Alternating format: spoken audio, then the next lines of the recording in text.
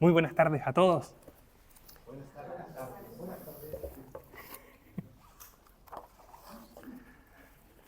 Yo no voy a repetir, así como más fuerte.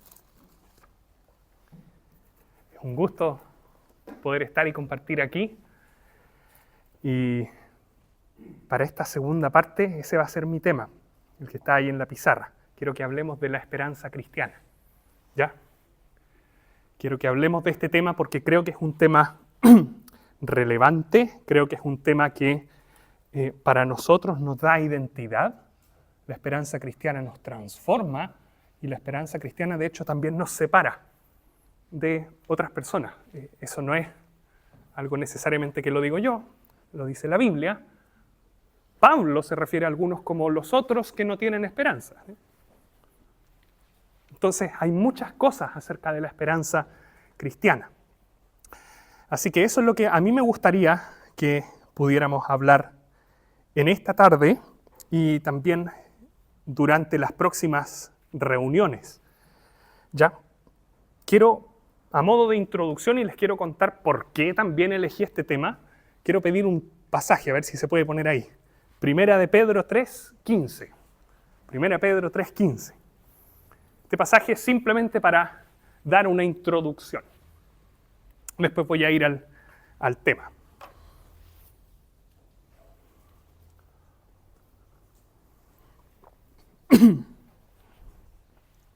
Dice: santificad a Dios, el Señor, en vuestros corazones, y estad siempre preparados para presentar defensa con mansedumbre y reverencia ante todo el que os demande razón de la esperanza que hay en vosotros.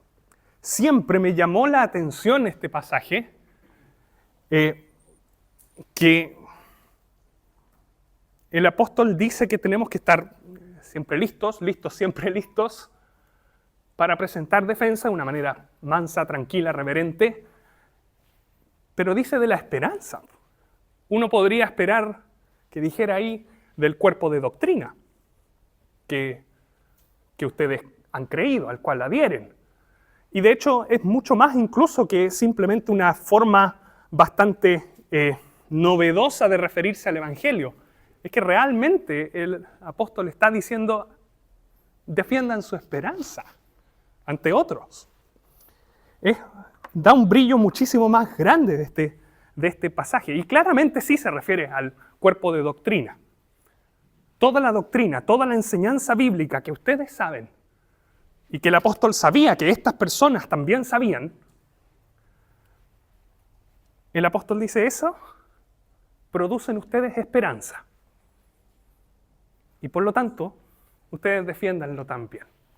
Creo que esa es un poco la motivación. Y siempre me llamó la atención de que perfectamente podría haber dicho: presenten defensa con mansedumbre y reverencia de la Biblia, de la enseñanza, pero no, dice de la esperanza. Lleva al fruto. Te lleva al fruto. Y creo que eso es un poco lo que quiero que podamos hacer en esta tarde.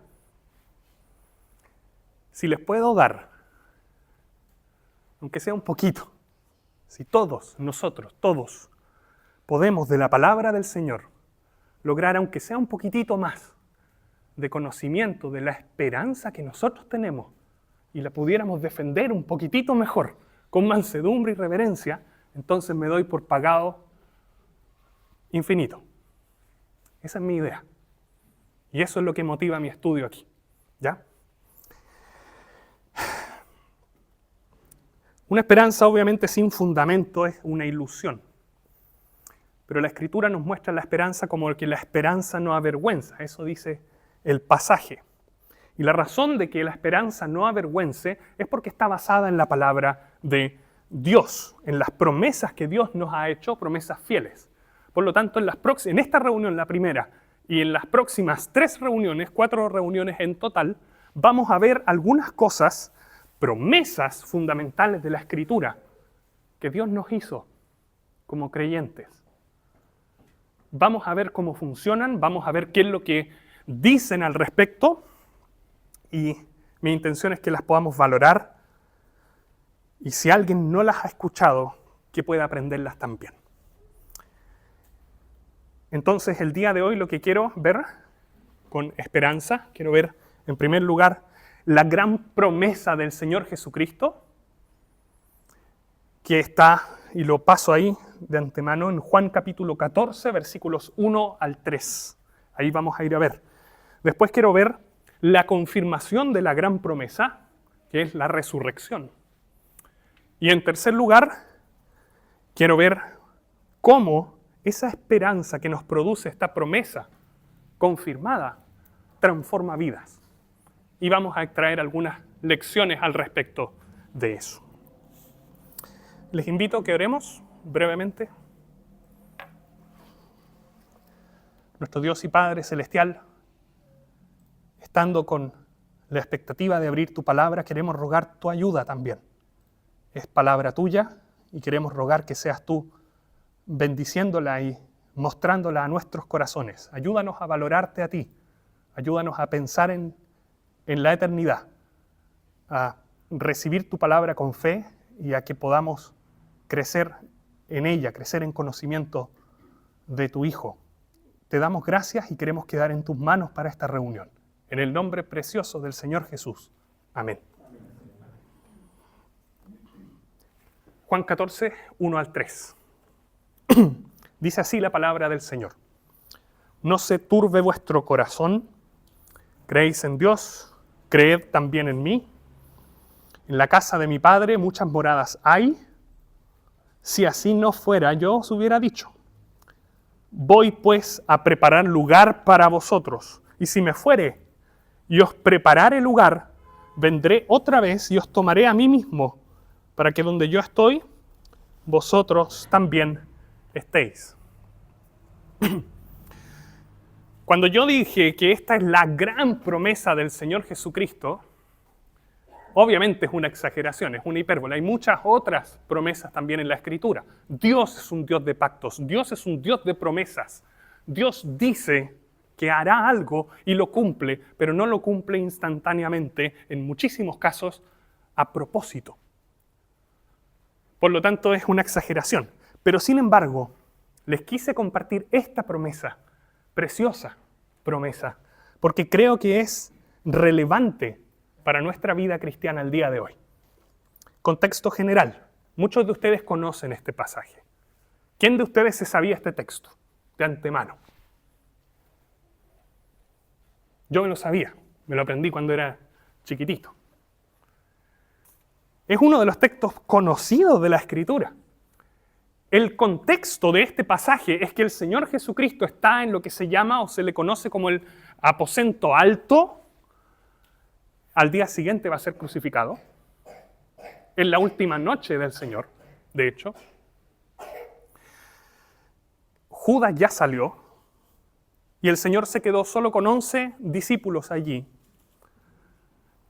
Y Él les dijo que va a ser traicionado y les dijo que se va y que no lo pueden seguir. Obviamente se acongojaron los corazones de todos ellos. Escuchábamos de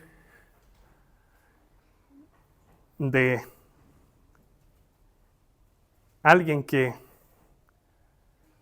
lo da el todo por el todo, ¿no? Luis nos decía. Alguien que se la juega el 100% por algo, por el Evangelio. Estos 11 se jugaron el 100% por el Señor. Dejaron todo lo que tenían. Y ahí están. Y de golpe, el Señor viene y les dice, me voy y ustedes no pueden seguirme. Obviamente hay tristeza, congoja, pena en su corazón.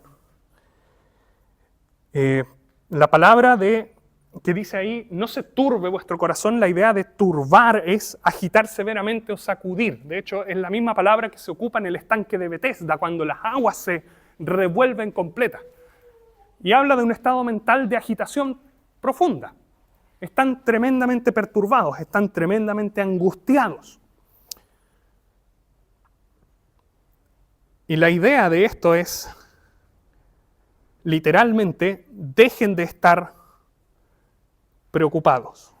No es que comiencen a No es simplemente, no comiencen a estar preocupados, sino que están preocupados, dejen de estarlo, porque les voy a dar una promesa. Eso dice el Señor.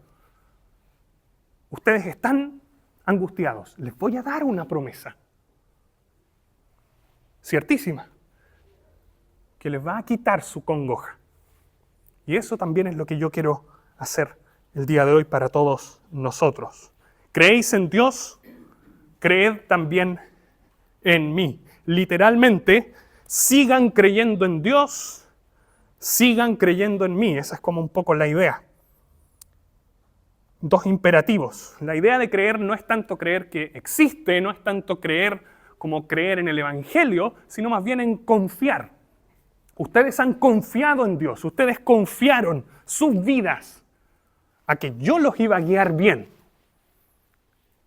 Sigan haciéndolo. Eso les dice el Señor. En medio de la hora de la prueba, sigan confiando de esa misma manera, de la misma manera que confían en Dios, confíen también en mí y sigan confiando en Dios y sigan confiando en mí. ¿Cuántas veces nos hace falta a veces escuchar eso? Sigue confiando en Dios. En medio de la prueba, en la hora de la prueba, sigue allí. Muchas veces pasa que en los momentos difíciles se sacuden nuestras confianzas. Y ahí está esta palabra. Y te dice exactamente lo contrario. Paso al versículo 2. Y tal vez es uno de mis versículos favoritos y se los quiero dedicar. Dice así nuestro Señor: en la casa de mi Padre muchas moradas hay. Si así no fuera, yo os lo hubiera dicho. Voy pues a preparar lugar para vosotros. Voy a explicar un par de cosas de este pasaje. Esto es una descripción del cielo, pero es una descripción no física del cielo. No es una descripción que nos hable ni de lujo, ni de nada que pudiéramos asociar a algo físico necesariamente del cielo. Aquí el cielo es presentado como la casa del Padre, la morada de Dios, donde Dios está. Allí Él manifiesta su gloria eterna, allí es donde los redimidos, los creyentes, van o vamos a disfrutar de su presencia. Muchas veces se ha dicho de este pasaje y lo usan los del Evangelio de la Prosperidad para decir, perfecto, si no tienes una mansión acá en la tierra, puedes tenerla en el cielo. No es esa la idea de este pasaje. La idea de este pasaje no tiene que ver con describir lujo, no tiene la idea de describir ni siquiera mansiones individuales. Hay dos ideas que están detrás de esto. En primer lugar, la idea de en la casa de mi Padre muchas moradas hay, tiene que ver en primer lugar con que hay mucho lugar para reunirse de nuevo. Es lo más obvio del pasaje. Hay mucho lugar. El cielo no es un lugar pequeño. El cielo es grande. El cielo, la presencia de Dios, tiene abundancia de pan. Lo pongo en palabras de el hijo pródigo. Abundancia de pan. Hay mucho lugar. Y el objetivo de ese mucho lugar es que haya una reunión de nuevo. El Señor dice, tranquilos. Hay una casa del Padre y hay muchísimo lugar allí. Y en segundo lugar, la idea de la casa del Padre, que tiene muchas moradas, tiene que ver con que es una gran casa patronal, por así decirlo, en la que se añaden muchas piezas. No es tanto una mansión para cada creyente. Y yo vivo aquí en mi mansión, y tú vives allá 2 kilómetros más en otra mansión, y hay otro que... No, esa no es la idea. La idea es una gran casa, un edificio en el que hay muchas piezas añadidas, como las de los hijos y la familia extendida del padre, de un padre de familia, de un dueño de casa. Esa es la idea que está aquí detrás. Y nos habla de intimidad, nos habla de cercanía, nos habla de que fuiste recibido como hijo. nos habla de familiaridad. Esa es la idea de lo que está aquí. En la casa de mi Padre hay muchas piezas para sus hijos, por así decirlo. ¿Ya? Esa es la idea de una cercanía total con Dios, comunión con Dios. El Señor Jesucristo mismo lo va a decir después. Esta es la vida eterna, que te conozcan a ti, el único Dios vivo y verdadero. Comunión con Dios. Esa es la idea del cielo. ¿Y se han puesto alguna vez a pensar en eso de esa forma? El cielo tiene que ver con disfrutar de Dios. El cielo tiene que ver con estar en la casa del Padre como hijo, en tener cercanía con Él. Dios es el disfrute. Si así no fuera, yo lo hubiera dicho. El Señor no está mintiendo allí. Voy pues a preparar lugar para vosotros. Y la pregunta es, ¿cuánto le cuesta al Creador de todas las cosas, al Amo y Señor de todas las cosas, cuánto le cuesta preparar un lugar? Nada. Este pasaje yo siempre me ha gustado verlo así, que no tiene tanto que ver con preparar un lugar físico, sino que tiene más que ver con preparar a las personas que vamos a ir a ese lugar. Voy pues a preparar lugar para vosotros, tiene que ver con abrir la entrada al cielo, tiene que ver con preparar a los pecadores perdidos, tiene que ver con preparar a los seres como nosotros que estamos muertos en nuestros pecados y que nos dio vida cuando creímos en el Evangelio, para prepararnos para llegar e ir a ese lugar. Tiene que ver con todo lo que tiene que pasar a continuación de esto para que nosotros pudiésemos llegar allí. Eso es lo que va a hacer el Señor al preparar lugar. Todo lo que tiene que hacer para que nosotros, tú y yo, podamos ir a ese lugar. ¿Y qué tiene que pasar?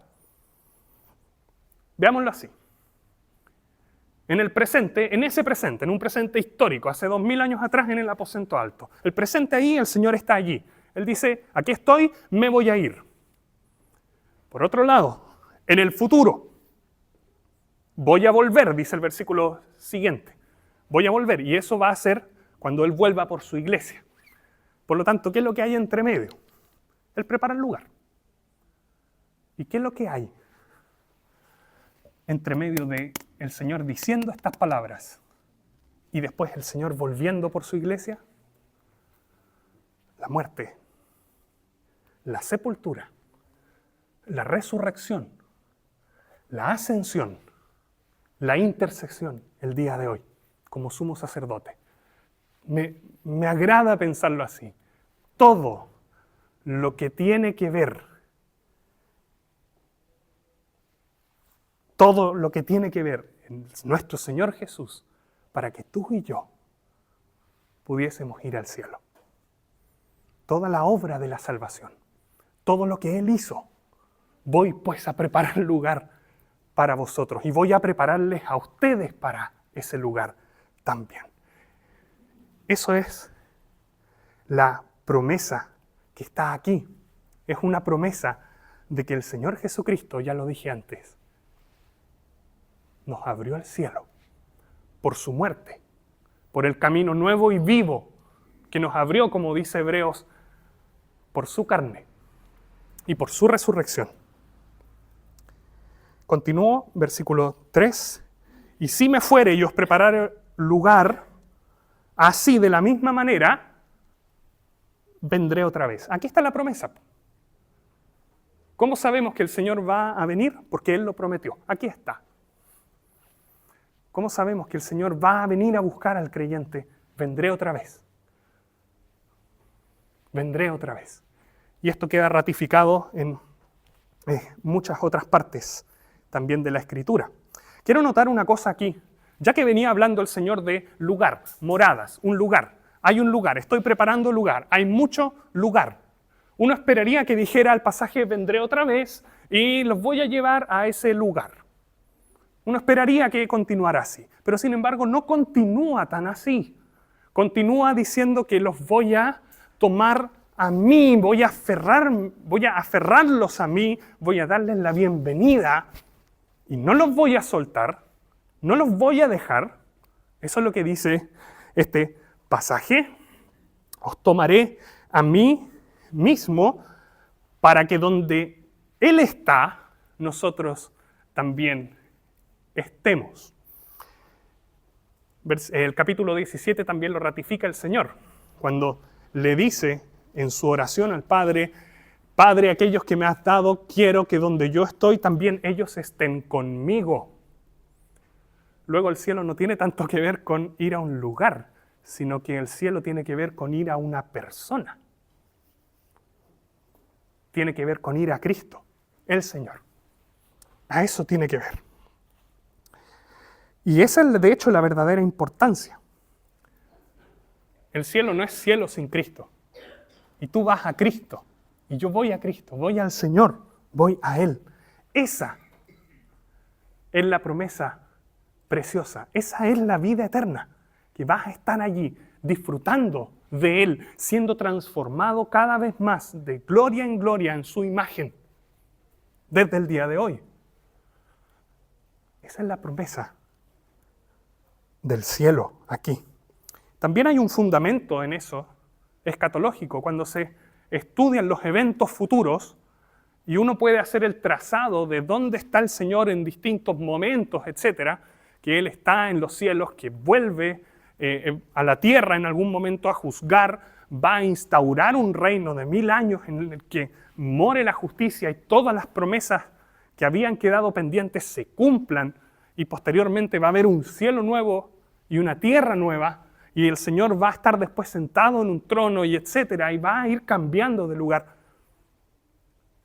Y la pregunta es, ¿dónde vamos a estar nosotros? Allí con Él. Donde sea. Allí con Él. Este precepto que está ahí es lo que dirige y da luces y da la directriz de dónde vas a estar tú con respecto a Cristo. Allí con Él. Con Cristo el Señor. Pablo lo dice también en 1 Tesalonicenses, después de describir el arrebatamiento, y así estaremos por siempre con el Señor. Por siempre con el Señor. Quiero que pensemos en una cosa.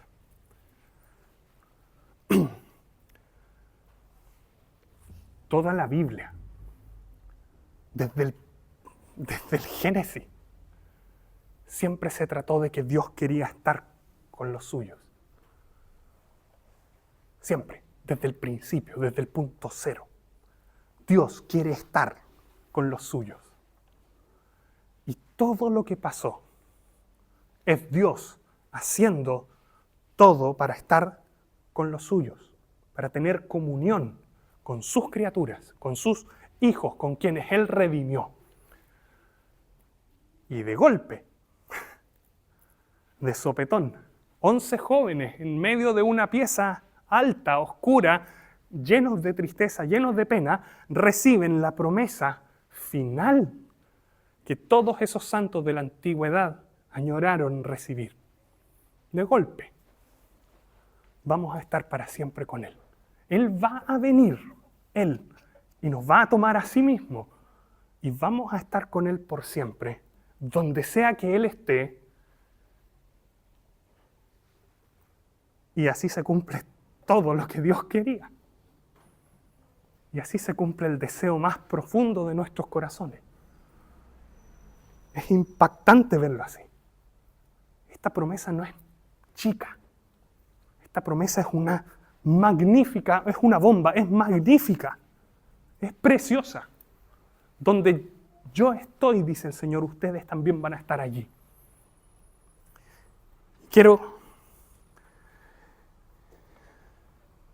Lo que quiero hacer hoy, ahora ya acelero un poco porque esta era la parte que quería explicar el pasaje, vamos a ir al siguiente punto.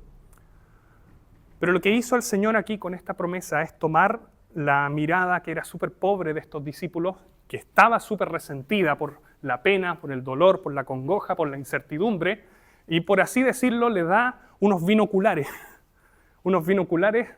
espirituales. Y les dice, oigan, ustedes que no son capaces ni de saber qué va a pasar mañana, y no son capaces de soportar ni lo que va a pasar mañana, quiero llevarlos a mirar incluso más allá de sus propias muertes, incluso más allá de el fin del mundo, más allá, más allá, más allá. Quiero elevar las miradas de ustedes. Y eso mismo es lo que yo también quiero que este pasaje pueda hacer con nosotros, que miremos un poquito más allá de lo que este mundo nos puede dar o nos puede quitar. Y ellos lo hicieron. Y sus vidas cambiaron. Ahora bien, paso a mi siguiente punto, la confirmación. Una promesa confirmada. Una promesa no confirmada no vale nada. ¿Cómo podríamos confiar en alguien que dice que va a volver a buscarnos, refiriéndose a un alcance que sobrepasa la muerte, pero que de pronto muriese y se acabó todo? Y no fuese capaz ni siquiera de él mismo salir de la primera dificultad que encontró. No puedes confiar en eso. Pero sin embargo, Cristo sí resucitó. Y eso también es algo que tenemos que mantener en mente. Pablo en 1 Corintios 15 va a tratar el tema de la resurrección, lo vamos a ver más adelante también, explica su significado para el creyente. Y en ese argumento que Pablo presenta, él expone, al defender la verdad bíblica de que existe resurrección, como punto de partida en que fue Cristo el que resucitó. Si no hay resurrección, dice Pablo, entonces Cristo no resucitó. Eso es lo primero que se cae, por así decirlo. Y si no hubiese resurrección y Cristo no hubiese resucitado, entonces nuestra salvación está comprometida, entonces nuestra fe es vana y daríamos lástima. Eso nos dice en ese pasaje. Pero sin embargo no es así, porque Cristo ha resucitado de los muertos. Y esa es la gran confirmación.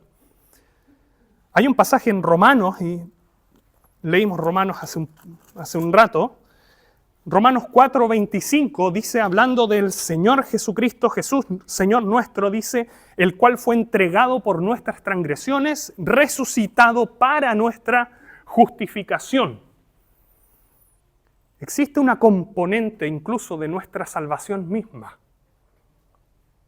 que tiene que ver con que Cristo resucitó de los muertos. Está ligada a que nuestro Señor al tercer día salió de la tumba, vivo. Yo no entiendo los alcances a pleno de este pasaje, pero este pasaje sugiere que la vida justa y perfecta de Cristo no podría ser imputada a nosotros si Él no hubiese resucitado.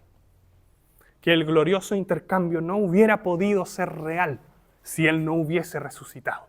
Resucitado para nuestra justificación. Pero Cristo sí resucitó.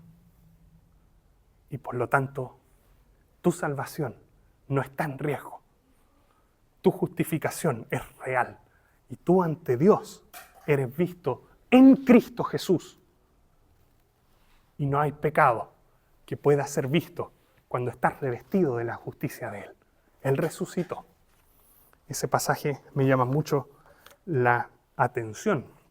Posteriormente, muchos días después de compartir Él con sus discípulos, Él asciende a los cielos y se le confirma que volverá. Ángeles lo dicen, Él mismo también lo dijo. Y el Señor ratifica su promesa en muchos pasajes a continuación también. Apocalipsis, etc. Así como la promesa de la presencia de Dios, al principio, donde yo estoy, ustedes también estarán, es maravillosa. Esto es lo que la sostiene, que el Señor Jesús resucitó y está vivo y ascendió a los cielos vivo.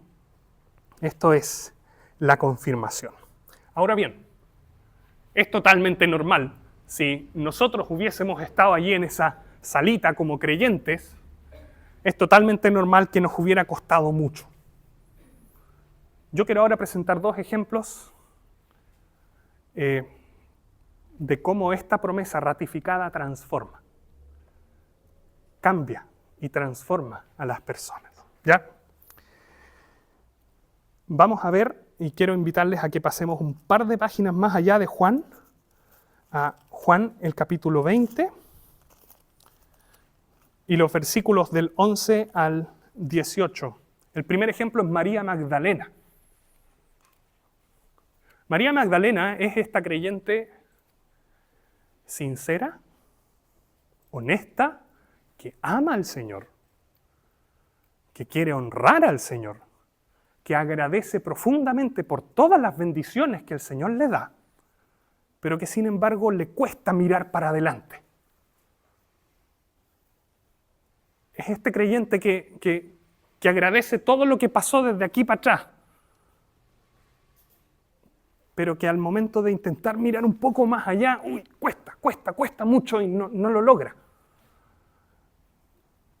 Y de alguna manera todos somos así. Nos cuesta demasiado mirar para adelante. Vamos a leer algunos pasajes aquí. El Señor ya fue crucificado y ya fue sepultado. María estaba afuera llorando junto al sepulcro. Mientras lloraba, se inclinó para mirar dentro del sepulcro. Vio a dos ángeles con vestiduras blancas que estaban sentados.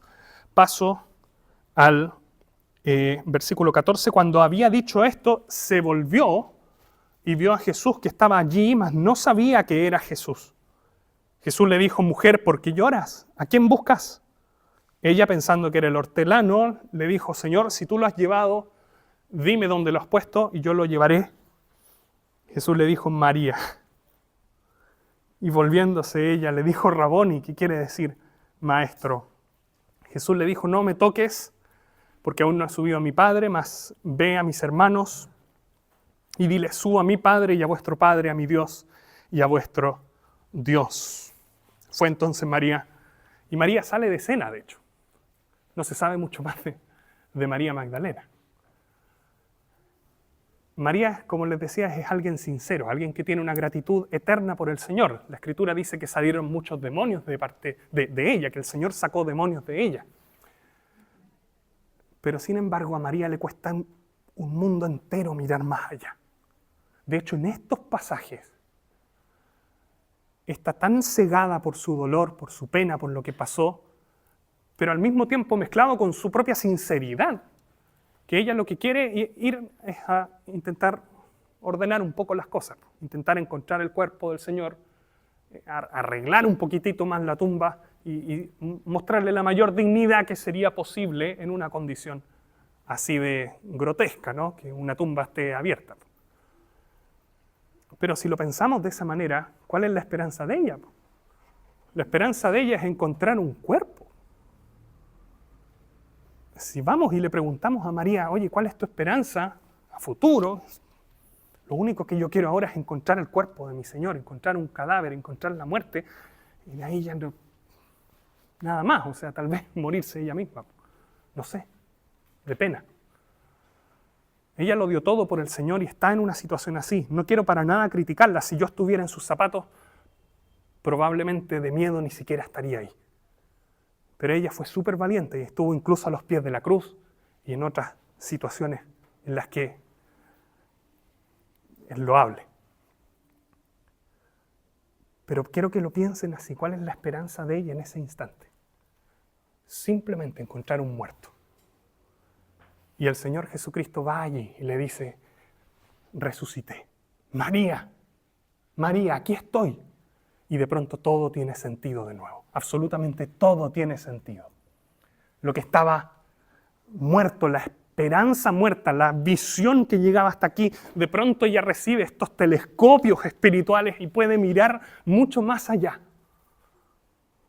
Incluso que la misma muerte. Y todo se arregla. Y es precioso un final así. Que ya no sepamos más de María, pero que lo último que supimos de María es que ella vio al Señor resucitado. y vive con Él. Mi siguiente ejemplo, no lo voy a leer en honor al tiempo. Son los discípulos en camino a Emaús. Se los dejo de tarea, Lucas 24. No lo voy a leer, solo voy a comentar algunas cosas. Otro ejemplo más de personas tremendamente sinceras, tremendamente honestas, tremendamente creyentes, que aman al Señor, pero que sin embargo esa sinceridad, ese amor, no los inmuniza a tener un problema de esperanza, a no ser capaces de mirar más allá. Y es precisamente el Señor resucitado el que eleva sus miradas y los hace mirar un poquitito más lejos de lo que ellos están mirando, o muchísimo más lejos allí. Estos dos que van camino a Emaús, ellos hablan con este extraño que es el Señor que se les puso al lado, y ellos dicen, nosotros esperábamos que Él era el que había de redimir a Israel. Esa era nuestra esperanza. Nosotros queríamos que Él lo redimiera, pero se murió. Hay algunos que dicen que está vivo, que resucitó, pero no sabemos, no estamos seguros. Y nuestro Señor Jesucristo ahí de nuevo, igual que con María, interviene. Y toma la visión de ellos, que no llegaba ni siquiera a un rato más, y la eleva a la eternidad. Y les muestra desde el principio, en toda la Escritura, cómo el Cristo tenía que padecer y resucitar. Y ellos después, cuando le reconocen partiendo el pan, ya no les importa nada. Llenos de gozo, no importaba que fuera tarde, van a verlo en el pasaje, no importaba el peligro que hubiera allí, ellos simplemente vuelven llenos de gozo, llenos de euforia, con los corazones ardiendo, como ellos mismos dicen, porque su Señor resucitó y está vivo, y por lo tanto, todo vale la pena. Y la visión fue tan grande, no solo de estos ejemplos, sino de todos los creyentes, que ellos incluso iban a llegar a dar sus vidas. No me refiero solo a los que murieron como mártires, sino que día a día dieron sus vidas hasta el último momento para servir a Cristo. Porque resulta que ahora la visión de ellos tiene unos binoculares espirituales que van por 1.000 millones de años para adelante. Y ellos pueden decir, ahora tengo una expectativa, una esperanza de gloria que nada la puede quitar. Absolutamente nada. Eso es como transforma. Dos ejemplos, y los ejemplos de todos los discípulos también, de cómo una expectativa transforma. El Señor interviene y los transforma. Y yo quiero también ahora hacer una mini aplicación y con esto cerrar. Al principio dije y mencioné que la esperanza, tener una esperanza también separa. Separa a los que tenemos esperanza de los que no tienen esperanza. Y creo que es precisamente ese punto el que nos separa de cualquier otro grupo humano, de cualquier otro grupo de personas, de grupo de amigos, etc. El mundo. Cuando yo era chico, siempre me hablaban del mundo, el mundo es malo. Sí, está bajo Satanás, sí. Pero había un error que yo tenía, y era que cada vez que hablaban, o yo entendía del mundo, era que las personas del mundo eran como los drogadictos, los asesinos, violadores, ladrones, psicópatas. Esos son los del mundo. Narcotraficantes, etc. Ahora, claramente son del mundo. Pero pensar que solo esos son del mundo nos lleva a una gran falacia, a un problema mayúsculo. Y el problema mayúsculo es clarísimo. Si ellos son los que representan el mundo, entonces las personas que no son eso, que tal vez son mis compañeros de clase o mis compañeros de trabajo o de universidad o de lo que sea, que parecen ser tan parecidos a mí, que parece que son buenas personas, que parece que son súper sanitos, que tenemos tantas cosas en común con ellos, tal vez no son del mundo, aunque no sean creyentes. Pero sin embargo la Escritura, igual no más, les llama a ellos los que no tienen esperanza. Hay un pasaje que está en Filipenses capítulo 3, en el que el apóstol dice en el 18 al 20, el apóstol describe a los enemigos de la cruz de Cristo, y él dice, los enemigos de la cruz de Cristo son los que solo piensan en lo terrenal. ¡Oh! Así dice, lo vamos a ver ahí. Ahí está. Porque por ahí andan muchos de los cuales os dije muchas veces que son enemigos de la cruz de Cristo. Pasamos al 19. El fin de los cuales será perdición. Ese es su fin. Estas algunas descripciones de ellos. Cuyo Dios es el vientre, cuya gloria es su vergüenza. Y ahí está la descripción. ¿Quiénes son los enemigos de la cruz de Cristo? Los que solo piensan aquí. Aquí y ahora. Y eso es fuerte. Porque separa. La esperanza separa. La esperanza separa en los que la tienen y los que no la tienen. Y por otro lado, en una iglesia cristiana en la que se predique fielmente la palabra del Señor, no hay cosa tal como que solo se piense en lo terrenal. Se piensa en lo eterno. Y esa es la gran diferencia. Es una visión que llega a la eternidad. Es una visión que traspasa todo lo que este mundo puede dar o quitar. Es una visión que acumula tesoro en los cielos. Eso es. Eso es. Y de hecho, con respecto al ejemplo, quiero que piensen en algún compañero o amigo, amiga, y que con el que ustedes se identifiquen, que tengan muchas cosas afines con él o ella, pero que no sea creyente. Todavía, por la gracia de Dios, Dios quiera se convierta. Y quiero que pienses en cuán rico sería que fuera creyente. Parece que todo está en común. Estamos aquí, juntitos. Nada más que él no es creyente y tú sí. Pero si ni Dios lo permita, si esa persona no se convierte, quiero que tomes esta relación que tienes tú con él, de amistad, de cariño, cercanía, y la extiendas por 1000 años. Tú estás allá,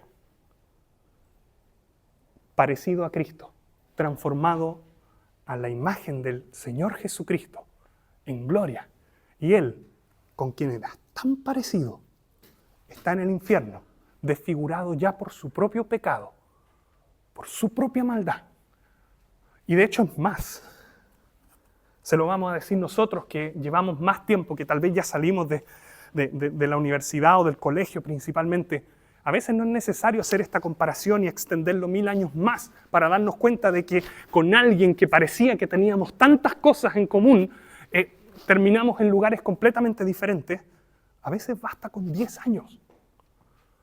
Basta con que esa persona, ese amigo íntimo, amiga íntima que tienes, que parece ser tan parecido a ti, comienza a ganar un poco de plata, a tener un poquito de decisiones propias, a considerar otras cosas y empiezas de a poco a desconocer a esa persona. Y de pronto te das cuenta de que realmente es alguien que simple, lisa y llanamente solo piensa en lo terrenal. Y por lo tanto va siendo transformado, degradándose en imagen y semejanza de sí mismo nomás. Y tú, creyente joven, vas siendo transformado a imagen del Hijo de Dios.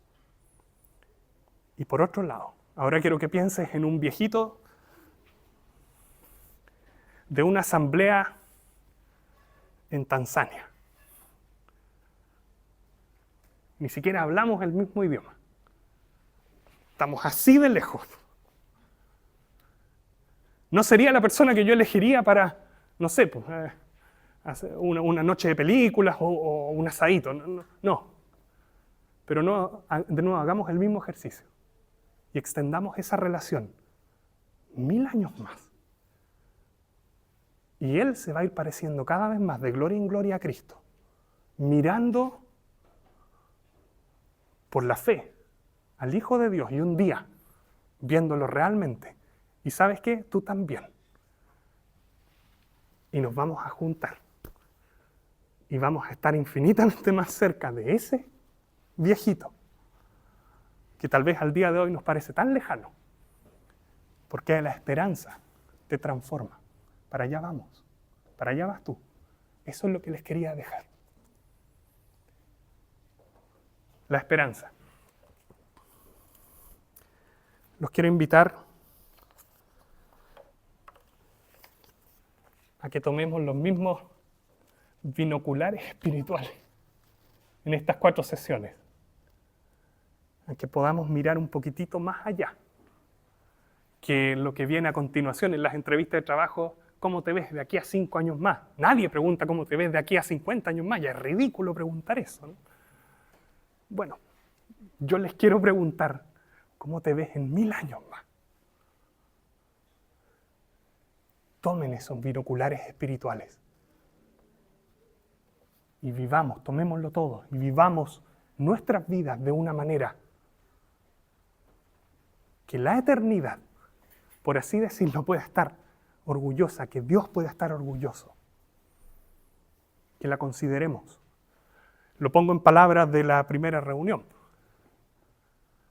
Súbete al equilibrista. Súbete al equilibrista y mantente ahí. ¿Creéis en Dios? Creed también en mí, dijo el Señor Jesucristo. Que el Señor bendiga su palabra. Oremos.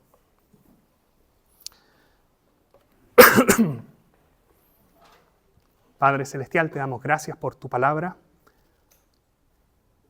Te damos gracias por la promesa preciosa de tu Hijo, de que está preparando un lugar y de que pronto volverá por nosotros. Te damos gracias porque tú eres Dios de promesas y siempre nos has llamado a mirar tus promesas. Te rogamos, nuestro Padre, que fortalezcas nuestra fe, que nos ayudes a considerar tu grandeza, que nos ayudes a considerar lo frágil y débil que es esta vida y que nos ayudes a aferrarnos a tus promesas eternas. Ayúdanos, Padre, a anhelar más, cada día más, la venida de tu Hijo. Ayúdanos a que nuestras vidas puedan reflejarlo. Bendice a cada uno de los que estamos aquí, a los que no pudieron venir, a tu iglesia, nuestro Padre. Y te damos gracias. Lo hacemos con reverencia y con profunda gratitud. En el nombre del Señor Jesús. Amén.